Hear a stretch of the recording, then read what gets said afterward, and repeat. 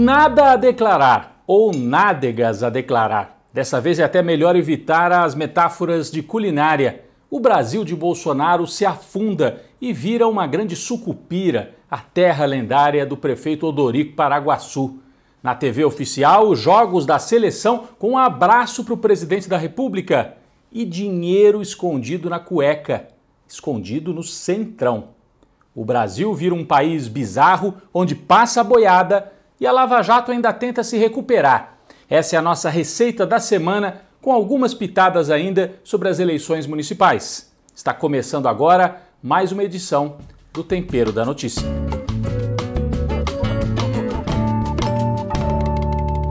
Bom, esta semana no Brasil foi marcada por dois fatos bizarros. Primeiro, a transmissão do jogo Brasil e Peru. A Globo perdeu o direito de transmissão e quem fez então esta transmissão foi a TV Brasil, um canal público, uma TV criada na época do Lula, mas que agora é utilizada pelo governo Bolsonaro como se fosse um canal particular da família Bolsonaro, dos militares. Então, durante o jogo, duas vezes o locutor parou a transmissão para mandar um abraço para o presidente da República. Olha só. E um abraço especial também ao presidente Jair Bolsonaro, que está assistindo ao jogo. É por isso que eu disse logo na abertura que o Bolsonaro lembra o Odorico Paraguaçu, aquele personagem da TV, um prefeito provinciano que inaugurava até cemitério, né? Mas o pior é que o Bolsonaro lembra um outro personagem mais perigoso, o general ditador Médici, que durante o regime militar usava o futebol para se promover, especialmente na Copa de 70. No intervalo do jogo, olha só, a TV Brasil, em vez de mostrar logo os melhores momentos, como é tradição, fez propaganda do governo, mostrou Bolsonaro, mostrou Ricardo Salles também. Vamos acompanhar. O ministro do Meio Ambiente, Ricardo Salles, participou hoje de uma comissão virtual do Senado que discute a situação do Pantanal. Ele reforçou o trabalho do governo no combate às queimadas na região desde o início dos incêndios. Há medidas que nós podemos e continuaremos fazendo para não só prevenir e para isso fazer os aceros, permitir a criação de gado no Pantanal como forma de reduzir a massa orgânica, permitir que seja feita a queima controlada, o uso do fogo frio. Bom, isso tudo gerou muita reação nas redes sociais. A jornalista Tereza Cruvinel, que foi uma das fundadoras da TV Brasil, criticou fortemente esse uso político vergonhoso desse canal público. E o jornalista José Trajano, um veterano jornalista da área esportiva, também desceu além, especialmente no Márcio Guedes, um dos comentaristas ali do jogo, que, segundo o Trajano, enterrou a carreira jornalística fazendo esse papelão. Então, esse é um governo que usa a TV pública. E o outro fato bizarro da semana, dinheiro sujo encontrado na cueca do vice-líder do governo, Chico Rodrigues, em Roraima. Encontrado na cueca e entre as nádegas do senador. É um fato realmente bizarro. O Bolsonaro tinha dito outro dia, não, a corrupção no meu governo acabou. E aí veio essa operação da Polícia Federal, o senador ali desesperado para tentar salvar algum dinheiro que ele tinha em casa, colocou ali na cueca, mas a Polícia Federal descobriu e isso acabou vazando e virou uma sequência de memes, de piadas na internet de todo tipo, né? O cofrinho, a metáfora do cofrinho nunca foi tão utilizada. E se lembrou também, essa é uma outra imagem que a gente pode ver, o sobrinho de Bolsonaro, primo dos filhos dele, Léo Índio, era funcionário do Chico Rodrigues, do senador. Então é um senador muito próximo à família Bolsonaro, viajou já com Bolsonaro, e o próprio Bolsonaro, olha só o que o Bolsonaro falou numa gravação ao lado deste senador que foi encontrado com dinheiro na cueca. Olá, amigo de Roraima, estou recebendo aqui o Chico Rodrigues, que vocês todos conhecem. Chico, com a palavra. Eu quero aqui agradecer ao meu amigo Jair Bolsonaro, de 20 anos de Câmara dos Deputados, desde aqueles idos tempos de... É quase uma união estável, Chico. E, na verdade, nós ficamos muito felizes, Jair, com essa sua caminhada, pelo seu patriotismo, pela sua luta em defesa do Brasil, dos princípios, dos valores da família e, acima de tudo, essa recomposição de liderança que o país precisa. E você, na verdade, está absorvendo todo esse sentimento do brasileiro de uma retomada da moralidade, de práticas, na verdade, republicanas, para que possamos dar exemplo a essa juventude que será, com certeza, o futuro do nosso país. Bom, a operação da Polícia Federal, que acabou pegando esse senador Chico Rodrigues em Roraima, era para apurar desvios de recursos que deveriam ser utilizados no combate à pandemia do coronavírus. O vice-líder do governo. E olha só, nessa mesma semana saiu uma pesquisa da Universidade Federal do Rio de Janeiro mostrando que bolsonarismo e pandemia têm tudo a ver. Há uma correlação direta. Nos municípios em que o Bolsonaro é mais forte, a pandemia também foi mais forte. É o que mostra a pesquisa. Cada 10 pontos a mais de votação para o Bolsonaro em 2018 nos municípios, significa que aquele mesmo município está suscetível a um caso maior, a um número maior de casos de coronavírus, porque as pessoas acabam seguindo esse discurso do Bolsonaro, que não tem problema, não usam máscara e aumenta a contaminação. Então, é um governo que faz mal à saúde, literalmente. Esta semana também marcou a tentativa da Lava Jato de se recuperar, usando um grande aliado, Luiz Fux, presidente do Supremo Tribunal Federal. Então ele tomou algumas medidas no Supremo para tentar posicionar a Lava Jato de novo na ofensiva. E houve o caso, né? O ministro Marco Aurélio Mello mandou soltar o líder do PCC, um dos líderes do PCC, e isso deu discurso para o Sérgio Moro, que reapareceu nas redes sociais dizendo, tá vendo? Precisa prender logo depois da segunda instância. E não tem nada a ver uma coisa com a outra. Esse traficante não precisa ser condenado em segunda instância para estar preso. A justiça tem ferramentas para prender gente de alta periculosidade, inclusive antes do julgamento. Então, estão misturando as coisas para tentar atingir o ex-presidente Lula e dar força para a Lava Jato mais uma vez. E o ministro do Meio Ambiente, Ricardo Salles, foi outro que reapareceu e é algo muito grave, né? Ele está autorizando a utilização de um produto para combater as queimadas, um produto que causa intoxicação na natureza, nas águas.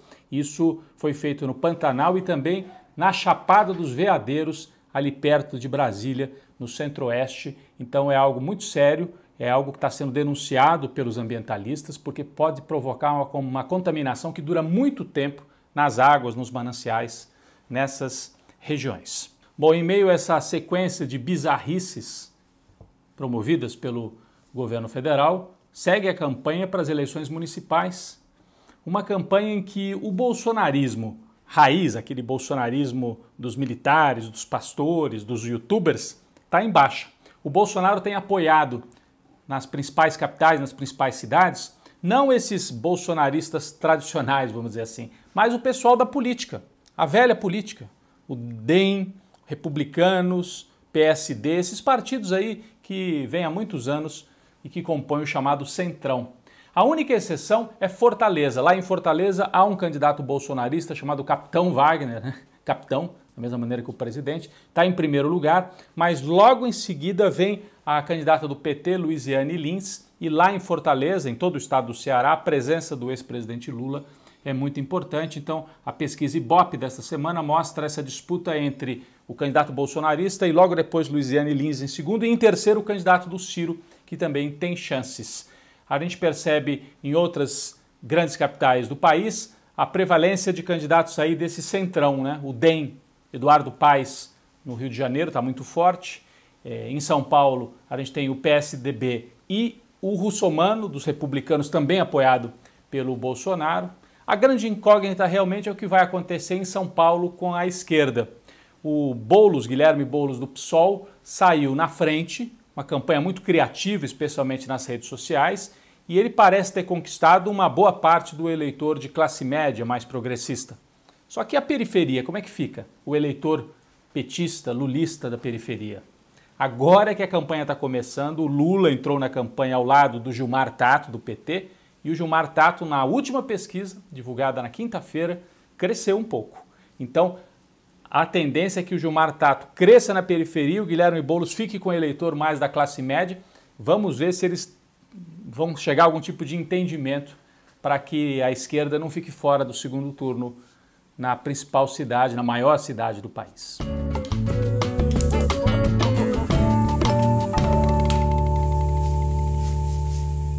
Bom, quem foi para a panela de pressão essa semana?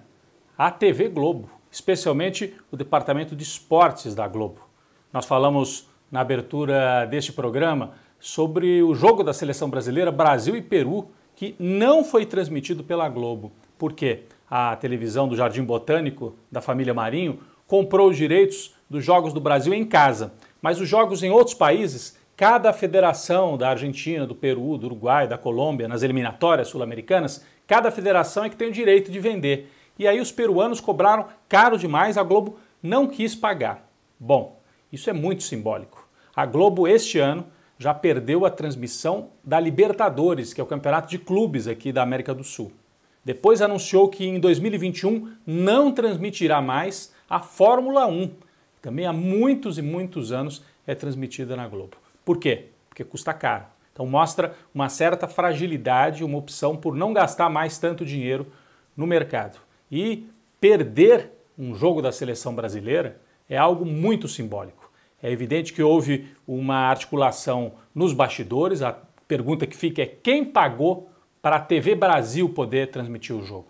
O Bolsonaro entrou nisso? O governo Bolsonaro entrou? Quem pagou? Quanto pagou? Não pagou nada? Como é que foi feita essa articulação? Isso de um lado. E de outro, a simbologia. A Globo é uma parceira da seleção.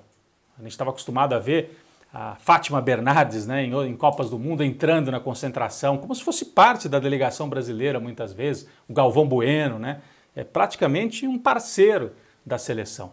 E vem um jogo do Brasil e Galvão Bueno não transmite e a Globo não transmite, mostra uma mudança importante. Relembrando que a Globo teve dificuldades financeiras lá na época do Fernando Henrique Cardoso, quando houve uma mudança cambial, a Globo estava endividada no exterior, né? Tomou empréstimo em dólar e houve uma mudança no governo Fernando Henrique no câmbio e a dívida cresceu demais, a Globo quebrou tecnicamente. Só não quebrou porque com seu peso político conseguiu negociar a dívida e sobreviver e passar por esse momento difícil na época do Fernando Henrique. Quem ajudou muito a Globo foi o governo Lula, né?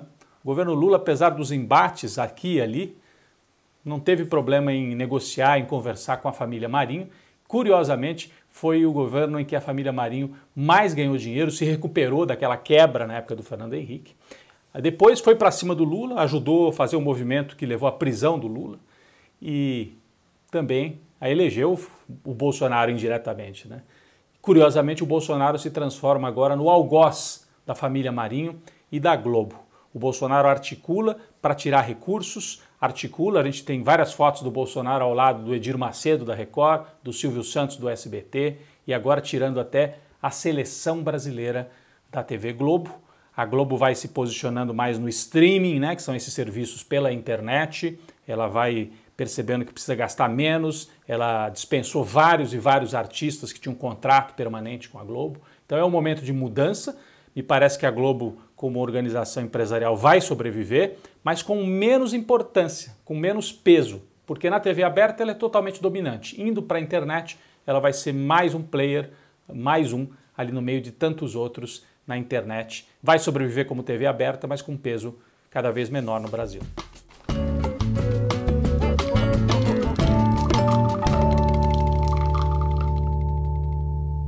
Bom, nosso cafezinho essa semana vai para um esportista estrangeiro, inglês, o Hamilton, primeiro piloto de Fórmula 1 negro na história. E ele é importante não só por ter rompido essa barreira, era um esporte só de brancos e muito de europeus brancos, e ele, que é inglês, ocupou esse espaço e se tornou, no fim de semana passado, o maior ganhador na história. Chegou a 91 vitórias em toda a carreira, igualou o recorde de Michael Schumacher, inclusive ganhou de presente do filho do Schumacher um capacete do alemão. Então Hamilton marca, faz história e ele é importante por ter rompido essa barreira, ele é importante porque certamente vai se descolar de Schumacher, ele vai ser o maior ganhador da história e principalmente pelas posições que ele assume politicamente.